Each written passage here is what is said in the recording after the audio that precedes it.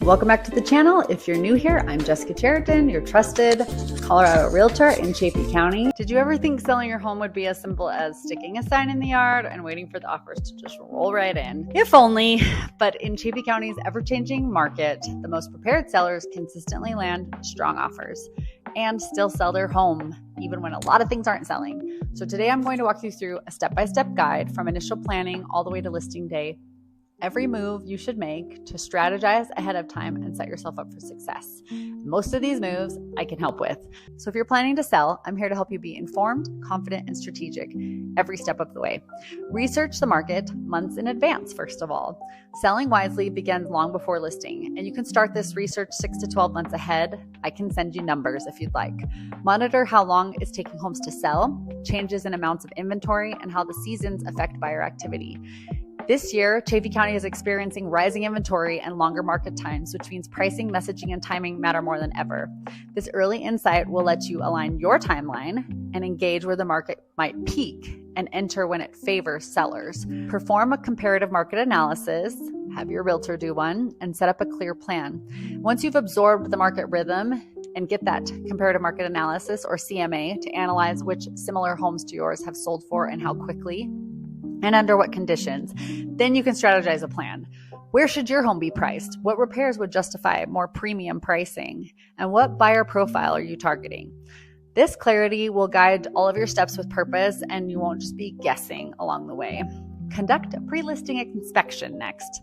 Skip surprises after you're under contract. Pre-listing inspection reveals issues such as foundation, HVAC, and water damage, so you won't be blindsided later. Sources show that transparency like this increases buyer confidence, helps you price realistically, and speeds up negotiations. It only costs a few $100s, but it can really eliminate cost and last-minute delays. Budget for those repairs, budget for decluttering and staging, address the big fixable issues. If there's mold, plumbing, broken windows, so buyers don't immediately discount the price way more than they should in their head. Homes in solid condition sell 20% faster and for more money than homes that do not. Pack away personal items, put things in storage, and depersonalize. Living room, bedrooms, and kitchens are the most important rooms to buyers, and staged homes do sell faster and for more money. Return on staging can often be 5 and even 15% depending on the market. Enhance your curb appeal strategically. Your home's exterior is the very first impression. The statistic is 8 seconds. That's how long it takes from the time a buyer gets out of the car before they decide if they're going to actually like a home or not. Seasonal blooms, fresh paint on the door, a welcome rug, power washing, dusting porches, all of those things matter. And then stage the inside. Budget and timeline, of course, can play a part in this, but you can even stage virtually, which is free with AI. And we're getting really good at this at my team. Investopedia tells us that a staging consult can cost anywhere from $500 to $1,500. And I know this from a local stager that I work with often. That's about right. But the price that it costs can pay dividends at the end. Spend a little now to make a lot more later. Then you want to line up marketing and photography next. So most buyers begin with an online search. High quality photos, virtual tours, videography, those things matter. Work with your agent to highlight your home's best features. Maybe it's a sunlit hallway, a beautiful window that looks out on mature trees. Maybe it's by the river. Maybe it has a skylight or wonderful mountain views. That's all important, and you want it to show off its best.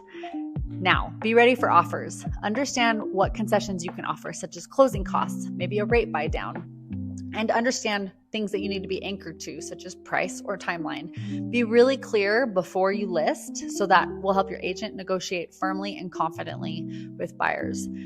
Now you have that checklist, and you are wanting to have it written down, I know. So comment guide below and I will send you our complete seller's guide to selling real estate in Salida.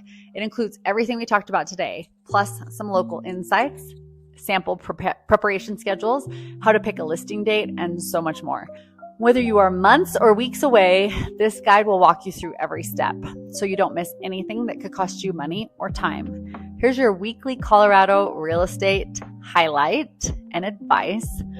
Bundle your preparation, the listing preparation, and negotiate from a place of knowledge. Know the terms that you're okay with and know exactly what you've done to be prepared with your home so you can have something so that they see that. So run comps and plan, do a pre-inspection, budget for and declutter and do repairs, address curb appeal, stage smartly, market professionally, and then be ready to negotiate with what the terms are that you are clear on.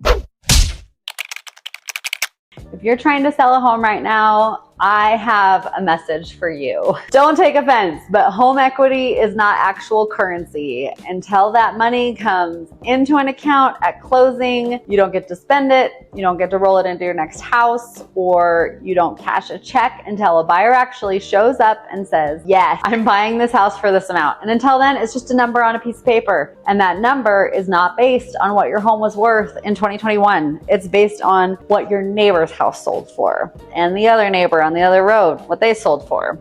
And it's not based on what you need to walk away with either. It's based on what a buyer is willing to pay in this actual market at this time right now.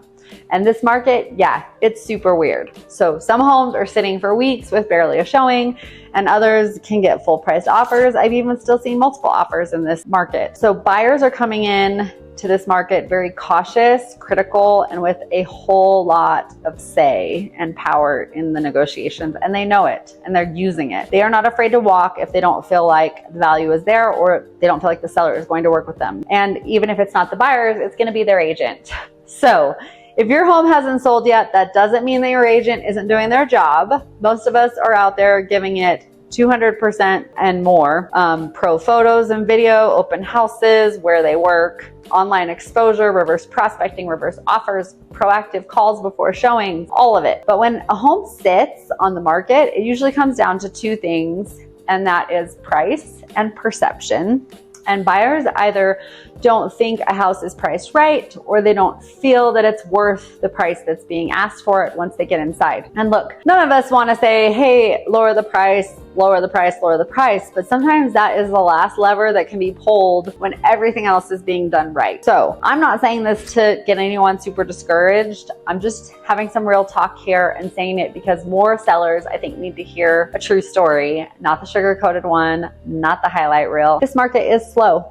And it's tough. And it's easy for some houses, some of the time, these little anomalies, but that tests everyone's patience because it's hard to know exactly what's happening all the time. But if your realtor knows the market and is paying attention to it, it's just going to take some strategy, and more strategy than it did a few years ago. It's going to take a little more time on market, and it's going to take pricing really strategically.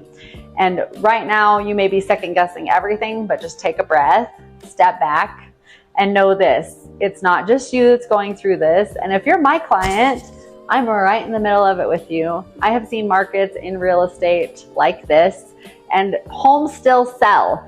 In fact, my numbers are staying consistent. I'm still selling the same amount of homes every year, even in these down markets, because I'm in it for the long haul. I'm here to see it through with you and get your property sold if that's what you need.